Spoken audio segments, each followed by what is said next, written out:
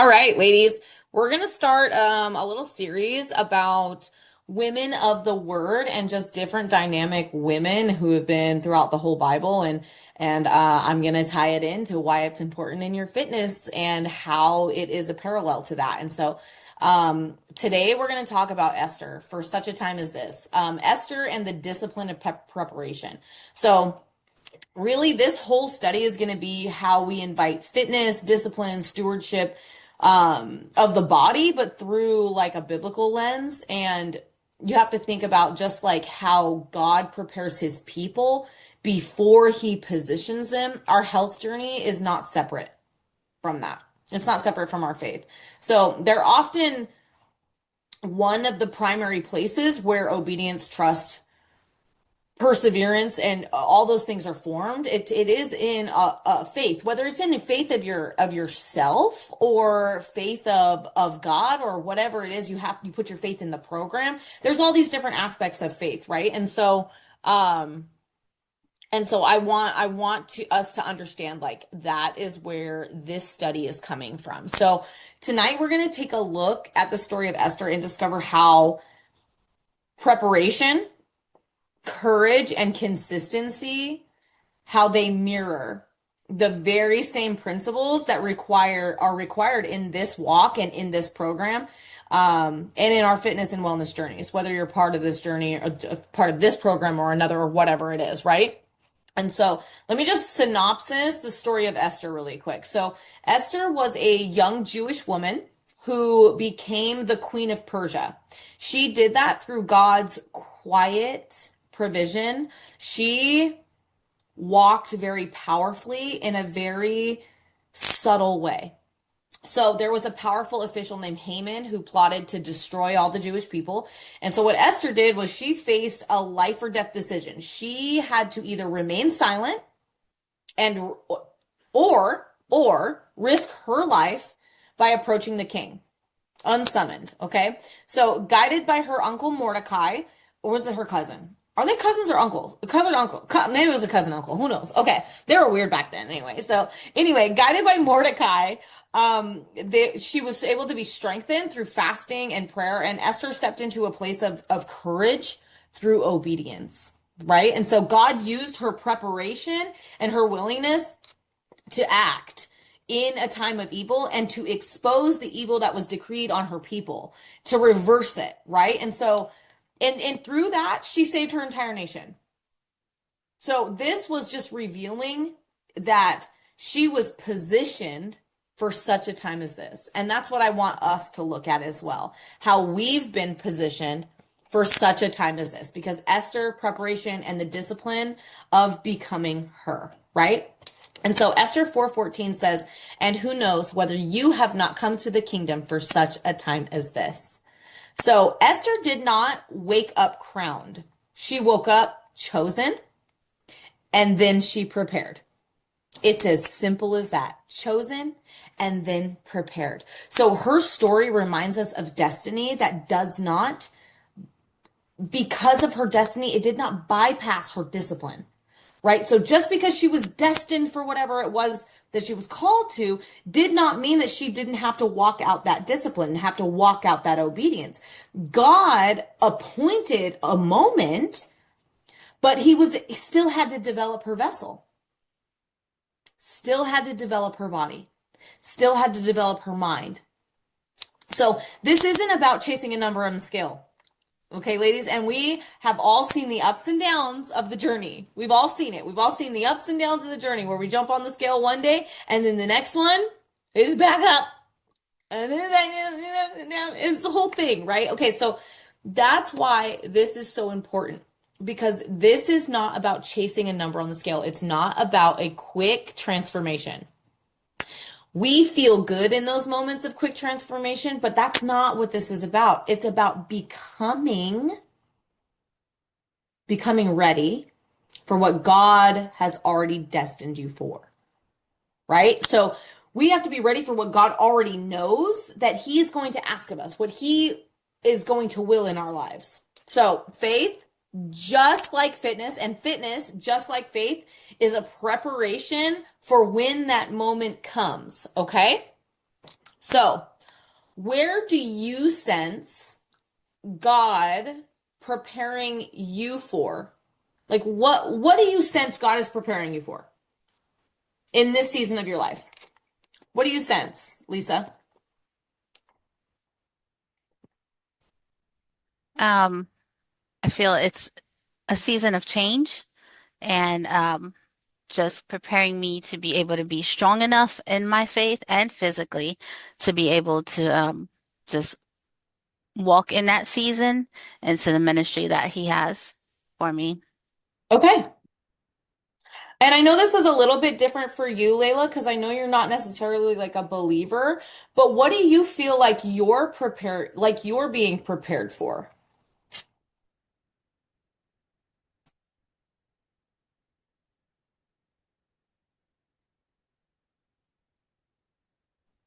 Okay. Um, so kind of the same thing. It is a new beginning for me. So there's many things I'm working towards, whether it's like just having more of a stable life in general, but just being healthier, kind of going forward to whatever is happening in my life.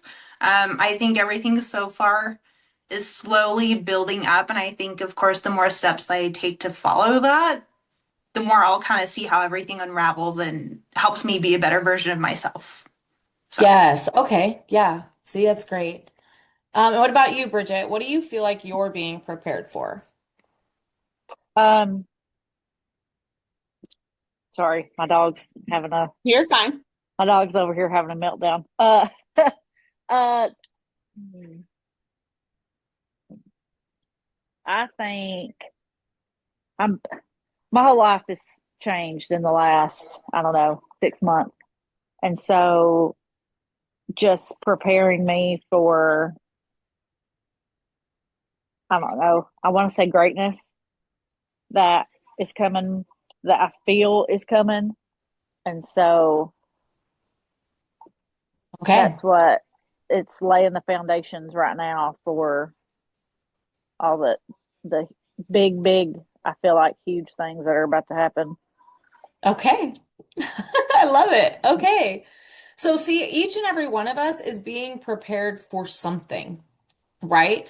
And that's why God, you have to understand that whether you're a believer or not, God is preparing you before he positions you. And that's kind of what it seems like it happens in your life. And that you have to think about this too. Like everything that I went through in my previous marriage and all of those things, it was all preparation in order to bring me to a place where I can teach from a different place, where I can love from a different place, where I can carry a mantle from a different place, where I can operate in a different headspace so that I could carry it through to where I am now because God was preparing my heart, even though I didn't understand it at the time, because he's positioned me to the place that I am today.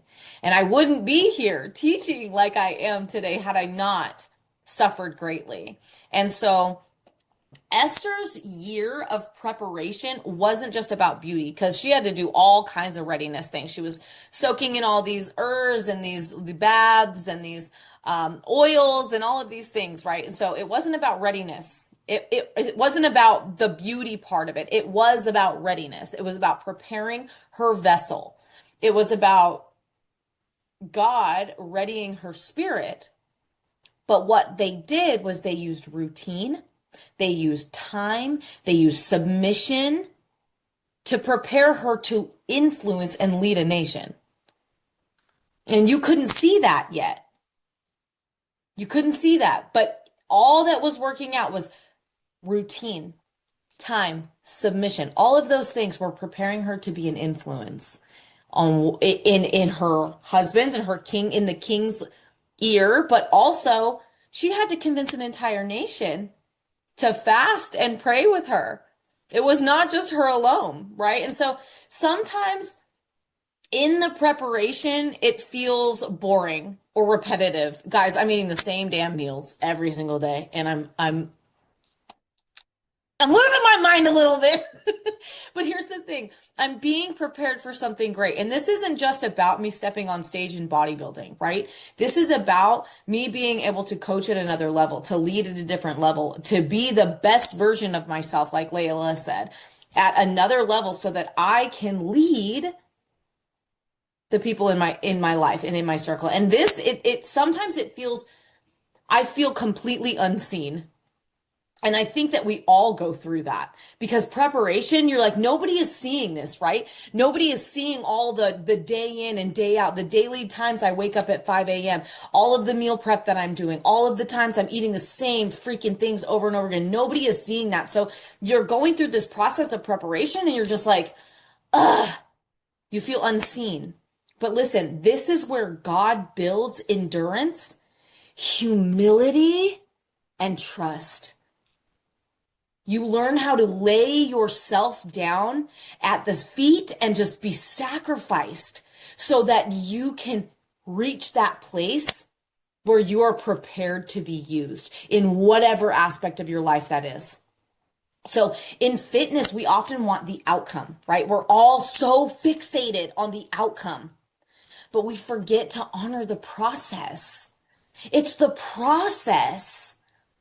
If you fall in love with the daily steps, if you fall in love with the process, if you become disciplined enough to surrender to the process of it, God cares more about who you're becoming than how fast you arrive there. And you should too. You should care more about who you're becoming. That's the process of churning, of changing, of pressing, all of that, rather than trying to get there quickly. Because here's the deal, ladies. Strength is not built overnight. It's not built in rush, right? It's built in repetition. Over and over and over again, doing the same things over and over again. That's how strength is built in the gym. We do the same workouts, 8 weeks. We do next workouts, 8 weeks, 12 weeks, then we do it all over again. Boom, boom, boom, right? The same. It's repeating, repeating, repeating. Because just like Bridget, just like you said, skipping foundations will lead to exhaustion, injury if you skip foundations in the gym, physically and spiritually. Have to lay those foundations. That's why this is not a weight loss program. This is a lifestyle change program. If you change your lifestyle, the weight comes off. It's just they go hand in hand. But if you're focused on the outcome of it, oh, I want to lose the weight, you may get there, but then will it stay off if your lifestyle hasn't changed? You know what I mean? Because God's not going to position you for something your body or your character cannot sustain. Sometimes preparation feels like you're being held back from being at that place. But realistically, what it actually is it's holding you together. Preparation will hold you together and then release you. Whereas will rush you forward, will release you early, and then you will be held back. Because you went before, right? You put the cart before the horse, as they say. So what you do in private determines what you can carry in public, okay? So all of these things that you feel unseen, all of these things that you're doing day in and day out, those are the things that are going to show in public eye. So whenever somebody's like, "Girl, you look so good," blah blah, and I'm like, "Oh, thank you," like, yeah, but like internally, I'm like, "My God, it's so hard," because it's taken so much time and effort and all of the things that you're doing. Discipline is happens in private long before it gets rewarded publicly. Same with Esther. Esther's discipline in private was established long before it was rewarded publicly. There was no applause, there's no affirmation, there's just obedience. Ladies, this is a lonely road unless we have community together. And that's why I'm building this with us. Because it is a lonely road to do it on your own. That's why this program is different. Because, like me, I have a coach, yes, but it's just my coach. I check in with him once a week and he gives me the things. Like there's not community. There's not community because no one's over here clapping for me, you guys. Like it takes a long time before anybody. It's been 4 years I've been on this journey, solid straight. No affirmation, guys. Just obedience. Private obedience builds spiritual and physical integrity. And I was talking about integrity just recently with somebody. I cannot remember who it was, but I have to show up integral. This was a conversation I had with my coach because I crashed out and ate half a pizza. That's why. And he was like, listen, you're a coach. You know better. And I was like, yeah, I know, but I just had a really, and he was like, listen, this is not going to cut it. You have to show up integral. Not just because I'm a coach, I have to show up integral, but you have to show up integral for your circle, for yourself, for the people that you're going to affect. Doing the right thing, even when no one is watching, that's integrity. Doing what you know you have to do. Because you guys, favor often looks sudden to others, but it's not, right? I did not get here overnight. I didn't wake up one day and go, oh, you know what? I think I'm gonna be a bodybuilder. And just, this has taken so long. It was slow obedience. But then all of a sudden people are like, wow, look at what you've done. I want that. And they don't understand the magnitude of all the sacrifices you ladies are making. Because it looks sudden to others, but it really is slow obedience being revealed.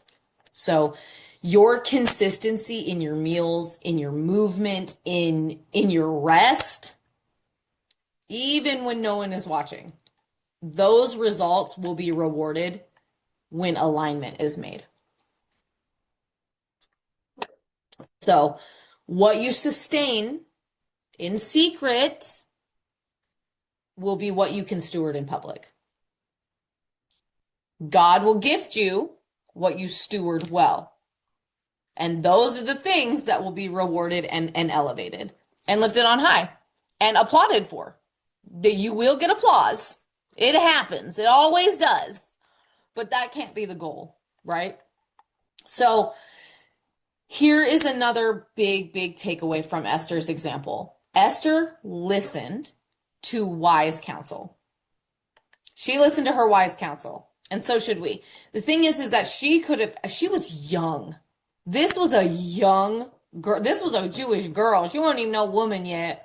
I mean, she maybe 16, correct me if I'm wrong, Lisa, but she must have been like 16, 18. She was young. Okay. So this would have been can you imagine a 16-year-old? I wasn't even in my right mind. But she had wise counsel around her that she was able to act without being emotionally impulsive. And so because she trusted her counsel, she was rooted in wisdom and she was rooted in love.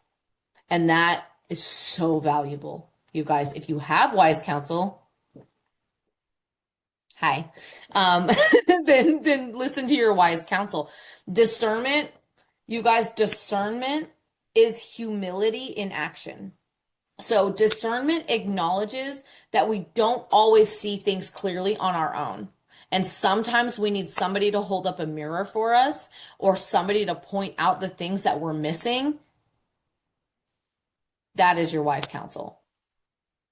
And God will often speak to us through voices to protect us from unnecessary harm, to protect us from our own dang selves. Because not every truth is easy to hear, and not every trend is the truth. Just because it's viral, don't make it real. Because quick fixes are not wise. They're not wise. It's not wisdom in that.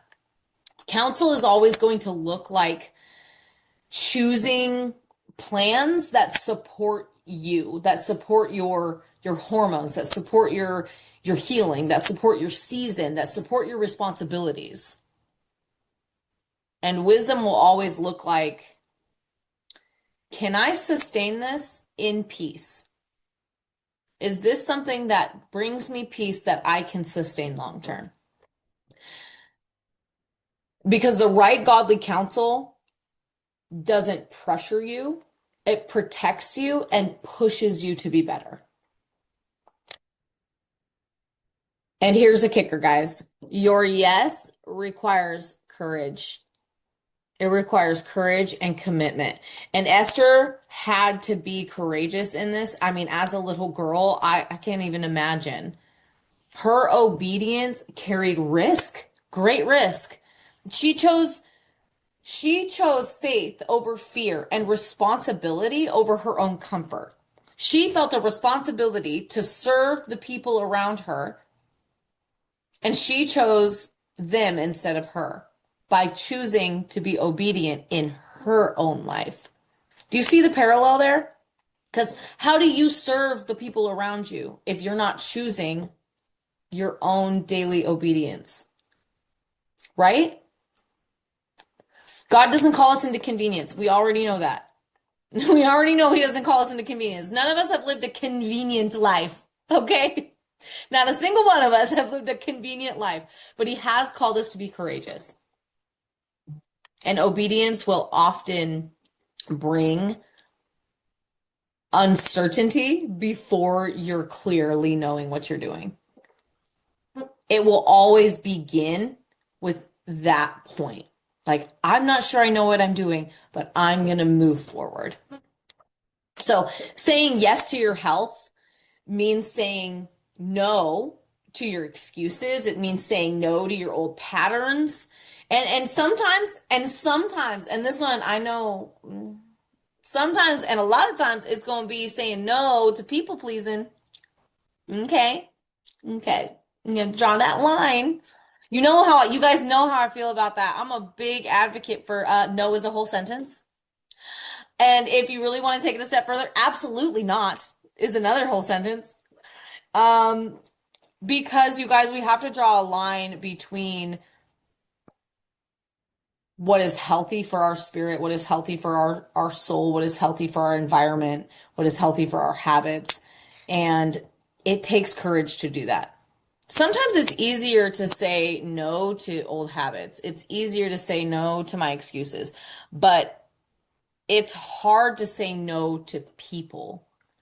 And so you have to rise in courage in order to put that line there. Because commitment is not about intensity, it's about faithfulness. And courage is always going to be choosing obedience when comfort is screaming louder. It is easy to get comfy. Think about it. You get done with a long work day, you don't want to hurry up and get in your gym clothes and do a workout. Like, that's the last thing on your mind. You're like, I want to chill in my sweatpants. I want to put on this show. Comfort will be screaming your name. And that is where you got to go, you know what? I'm going to choose obedience. I'm going to choose obedience over comfort right now. So then what did Esther do?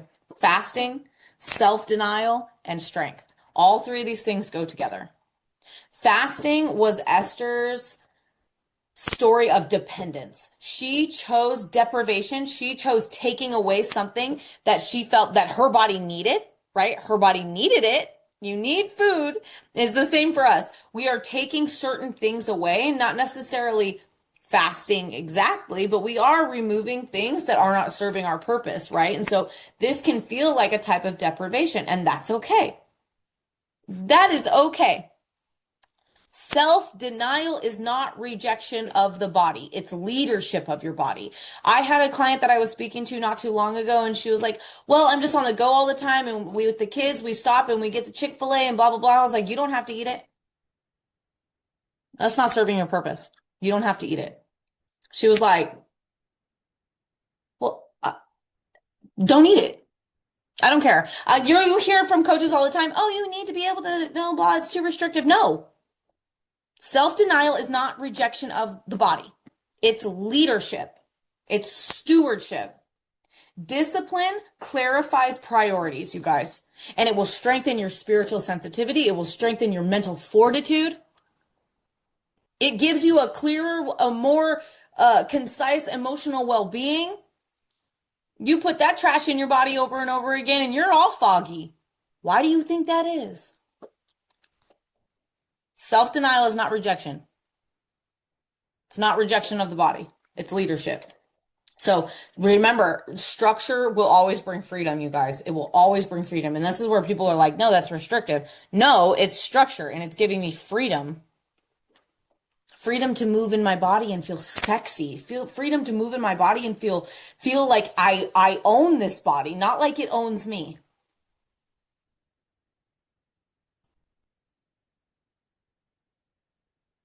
Boundaries around food, rest, training, all of those things, those create a space for you to live in peace. It's a place to live in peace, not restriction.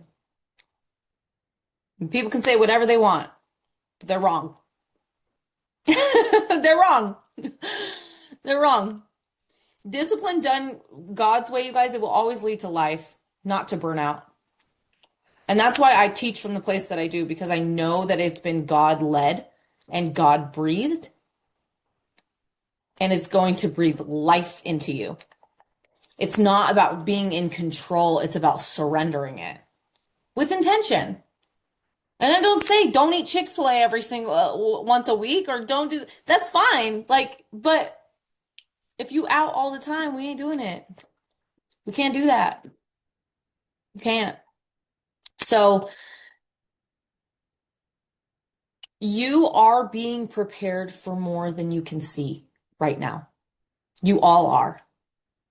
Esther was being prepared for a crown that she didn't even know she was going to get.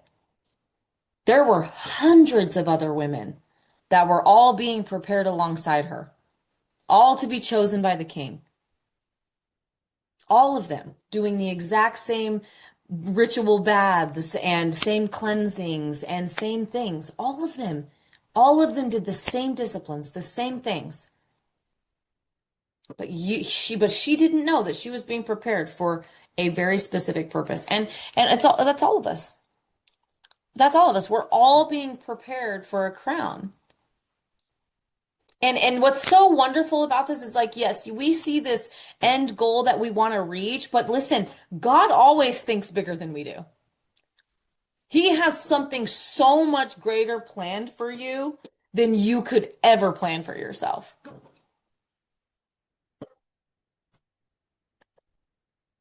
Your health impacts your family.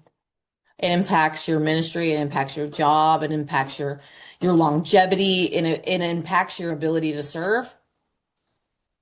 And when fitness is done and not necessarily rooted in vanity, then it's stewardship. Strength will always increase your capacity. When you are strong, you can serve, you can lead, you can show up, you can endure. God honors bodies that are available to him, not exhausted, right? So your disciplines today blesses everything that you're doing tomorrow. Everything that you put in today. And that's why a lot of times you'll hear me say, just take today. Take today. What's your thing you're doing today? What are we doing to move the needle forward today?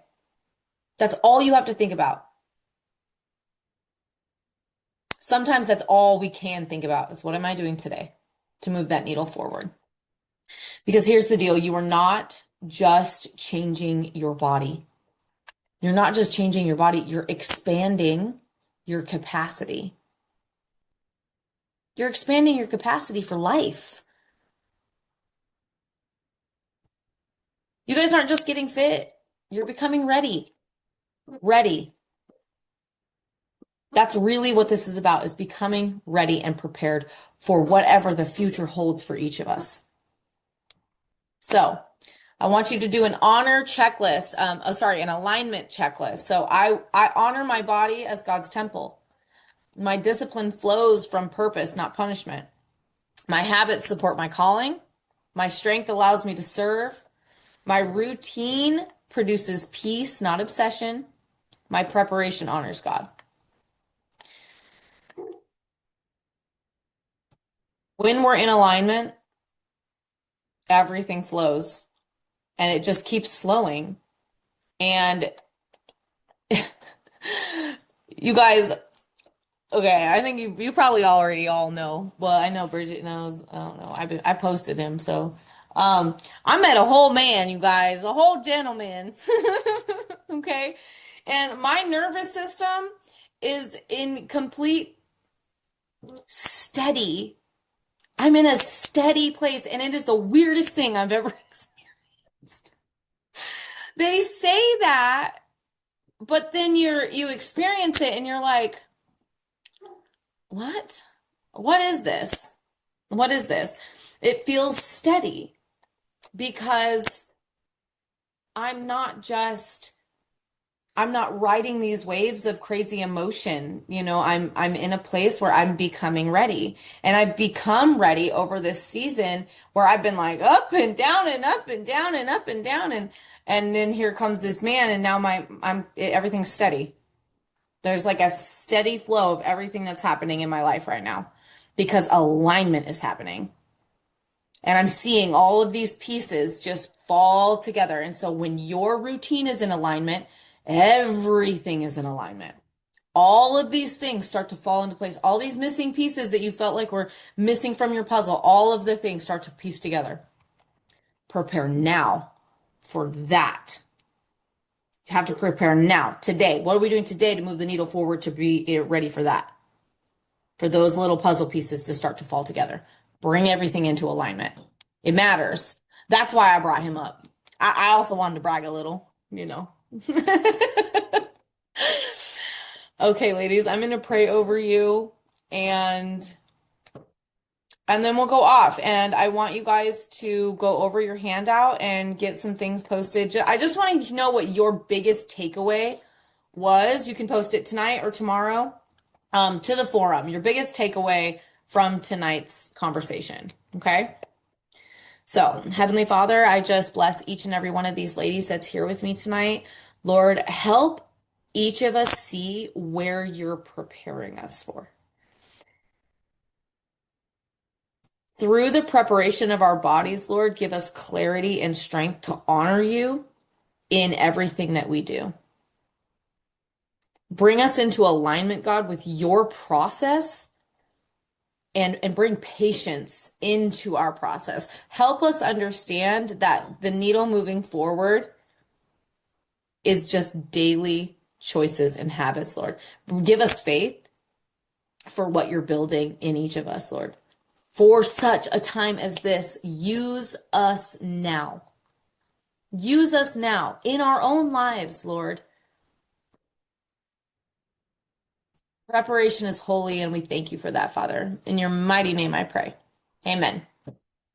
Preparation is holy, ladies, and God never wastes the process. Your body is being blessed. You are blessed and highly favored. Your body is being blessed. Receive that. Grab hold of it. Grab hold of it because that's yours. That's yours. Okay, ladies? All righty. Love y'all. Bye.